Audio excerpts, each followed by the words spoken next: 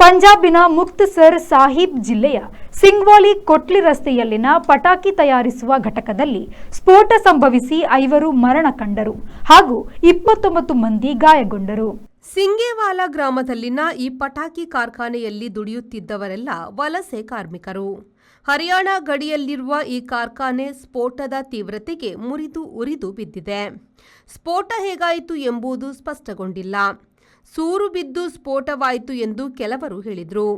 ಸ್ಫೋಟವಾಗಿ ಸೂರು ಕುಸಿಯಿತು ಎಂದರು ಕೆಲವರು. ಆಚೆ ಆದ ಸ್ಫೋಟ ಈ ಕಾರ್ಖಾನೆಗೆ ಮುಳುವಾಯಿತು ಎಂದು ಕೆಲವರು ಹೇಳಿದ್ದಾರೆ. ಹಾಗಾಗಿ ಪೊಲೀಸರು ತಲೆಕೆಡಿಸಿಕೊಂಡು ತನಿಖೆ ನಡೆಸುತ್ತಿದ್ದಾರೆ.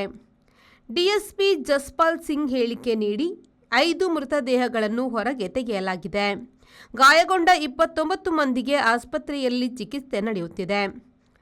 ಮುಕ್ತಸರ್ ಮತ್ತು ಬಟಿಂಡಾ ವೈದ್ಯಕೀಯ ವಿಜ್ಞಾನ ಸಂಸ್ಥೆಗಳಲ್ಲಿ ಗಾಯಾಳುಗಳನ್ನು ಸೇರಿಸಲಾಗಿದೆ.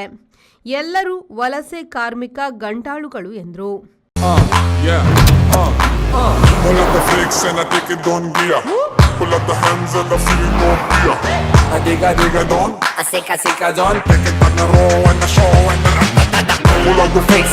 Volkswagen Virtus, German engineered for unmatched safety.